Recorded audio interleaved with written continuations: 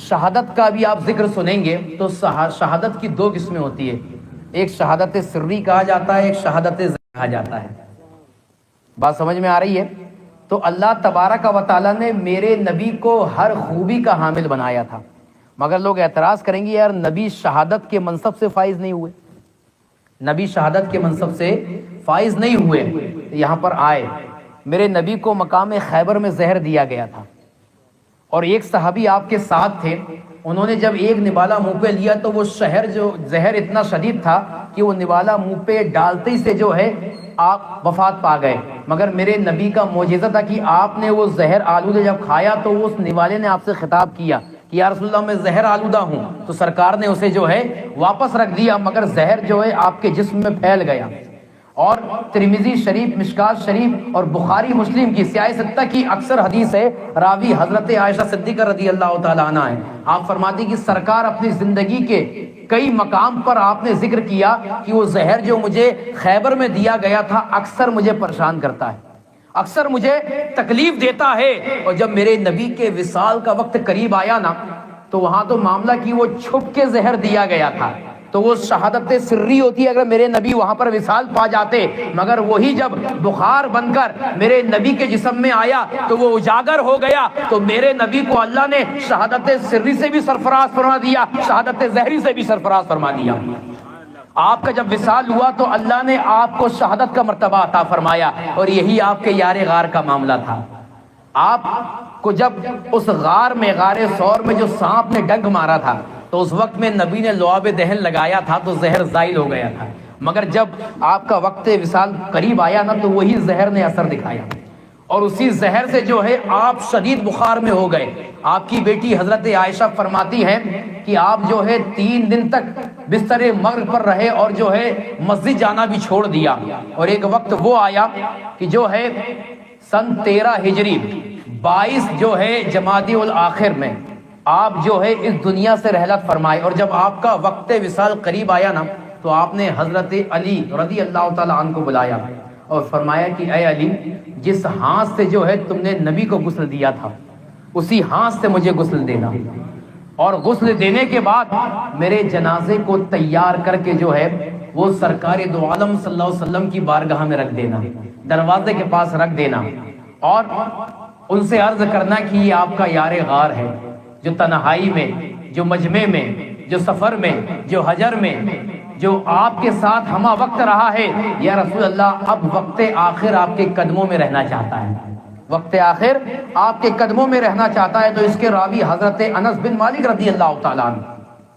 حضرت انس بن مالک، تو معاملہ یہ ہے کہ اب وقت آخر، اب یہاں سے میرے نبی کا علم غیب بھی دیکھے اور میرے نبی مر کر مٹی میں نہیں ملے ہیں یہ بھی ثابت ہوتا ہے، اور یہ صحابہ کا عقیدہ تھا جو آج ہمارا عقیدہ ہے۔ جب حضرت ابو بکر نے یہ فرمایا تو علی کہہ سکتے تھے کہ کیا بات کر رہے ہو، سرکار کیسے جو ہے اجازت دیں گے، سرکار تو اس دنیا سے چلے گئے، مگر ابو بکر کا بھی عقیدہ تھا، علی کا بھی عقیدہ تھا کہ سرکار بظاہر دنیا سے گئے ہیں مگر سرکار زندہ ہیں، سرکار زندہ ہیں۔ تو معاملہ یہ ہے کہ حضرت ابو بکر صدیق نے وصال پایا، اور آپ کی وصیت کے مطابق جو ہے سرکار دو عالم حضرت ابو بکر صدیق کے جنازے کو تیار کیا گیا، اور جنازے کو تیار کرنے کے بعد سرکار دو عالم صلی اللہ علیہ وسلم کے روضہ مبارک کے سامنے لا کے رکھ دیا گیا، اور اس کے بعد حضرت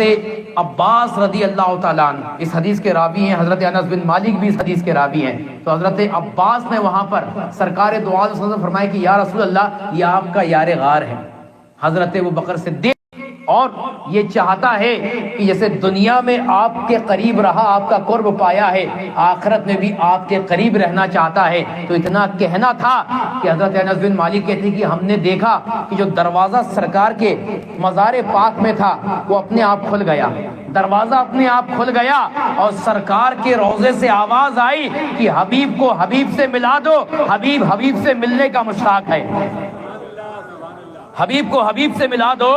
حبیب حبیب سے ملنے کا مشتاق ہے۔ تو اس کے بعد حضرت علی فرماتے ہیں کہ ہم نے جو ہے سرکار دو عالم صلی اللہ علیہ وسلم کے پہلو میں جو ہے وہ حضرت ابو بکر صدیق کو دفنا دیا۔ تو معاملہ یہ ہے کہ ابو بکر کو یہ مرتبہ کیسے ملا۔ اب اس کی ایک تاریخ ادھر آئی ہے کہ ایک بات بتانا چاہتا ہوں کہ جب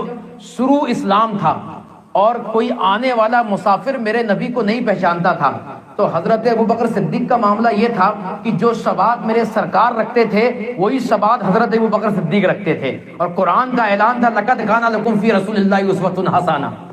کہ تمہاری زندگی، سرکار دو عالم کی زندگی تمہارے لیے بہترین نمونہ ہے۔ تو معاملہ یہ کہ جب مجمع میں صحابہ کرام بیٹھے رہتے تو حضرت ابوبکر صدیق سرکار کے قریب ہوتے، تو یہ ہوتا کہ جو نیا انسان آتا تو وہ سرکار کو پہچان نہیں پاتا، تو کچھ لوگ سرکار سے مصافحہ کر کے بیٹھ جاتے اور کچھ لوگ ابوبکر صدیق سے مصافحہ کر کے بیٹھ جاتے۔ تو کچھ دیر کے بعد حضرت ابوبکر صدیق نے یہ محسوس کیا کہ ایسا لگتا ہے کہ کچھ لوگ معاذ اللہ مجھے نبی سمجھ لے رہے ہیں، تو آپ نے وہاں پر یہ طریقہ اپنایا کہ آقا اور غلام میں فرق ہو جائے، تو آپ نے جو ہے اپنی چادر لی اور چادر کا سایہ میرے سرکار کے اوپر کر دیا، تاکہ وہاں لوگ دیکھ لے کہ جو بیٹھا ہوا ہے وہ آقا ہے اور جو سایہ کیا ہوا ہے وہ غلام ہے۔ تو جب یہ طریقہ آپ نے اپنایا نا تو سرکار کو یہ ادا پسند آئی اور آپ نے دعا فرمائی، تو وہ دعا یہ رنگ لائی کہ آپ حضرت ابوبکر صدیق نے سرکار کے سر کے اوپر سایہ کیا تھا، اور اللہ نے آپ کے وصال کے بعد وہ مقام عطا فرمایا کہ سرکار کے پہلو میں جگہ بھی عطا فرمائی اور گنبد خضرا کا سایہ بھی عطا فرمایا۔ یہ مقام اللہ تبارک و تعالیٰ نے حضرت ابوبکر صدیق کو دیا ہے۔ تو ابوبکر صدیق جنتی، حضرت ابوبکر صدیق سرکار دو عالم صلی اللہ علیہ وسلم کے سب سے پہلے خلیفہ، ابوبکر صدیق تمام صحابہ میں سب سے افضل، ابوبکر صدیق رضی اللہ تعالی مرتبے میں سب سے اعلیٰ۔ ابوبکر صدیق کی وہ ذات ہے کہ سرکار دو عالم صلی اللہ علیہ وسلم ایک مرتبہ جو ہے ایک دائنے ہاتھ میں ابوبکر کا ہاتھ اور بائیں ہاتھ میں عمر کا ہاتھ لے کے مسجد نبی سے نکلے اور فرمایا کہ آج جس طریقے سے ابوبکر اور عمر میرے ساتھ ہے، کل بروز قیامت جب اللہ جو ہے قیامت قائم فرمائے گا اور جب جو ہے قبر سک ہوگی تو ہم اسی طرح جو ہے قیامت کے میدان میں ساتھ میں تشریف لے کر آئیں گے۔ تو آج جو ابوبکر کو نہیں مانتے، عمر کو نہیں مانتے، تو ہمیں جھگڑا کرنے کی ضرورت نہیں ہے، مت مانو، اگر آج نہیں مانے تو کل مان لیں گے، کل مان لیں گے، مگر کل ان کا ماننا کوئی کام نہیں آئے گا۔ آج لے ان کی پناہ، آج مدد مانگ ان سے، پھر نہ مانیں گے قیامت میں اگر مان گیا، اور انہیں جانا انہیں مانا، نہ رکھا غیر سے کام، للہ الحمد میں دنیا سے مسلمان گیا۔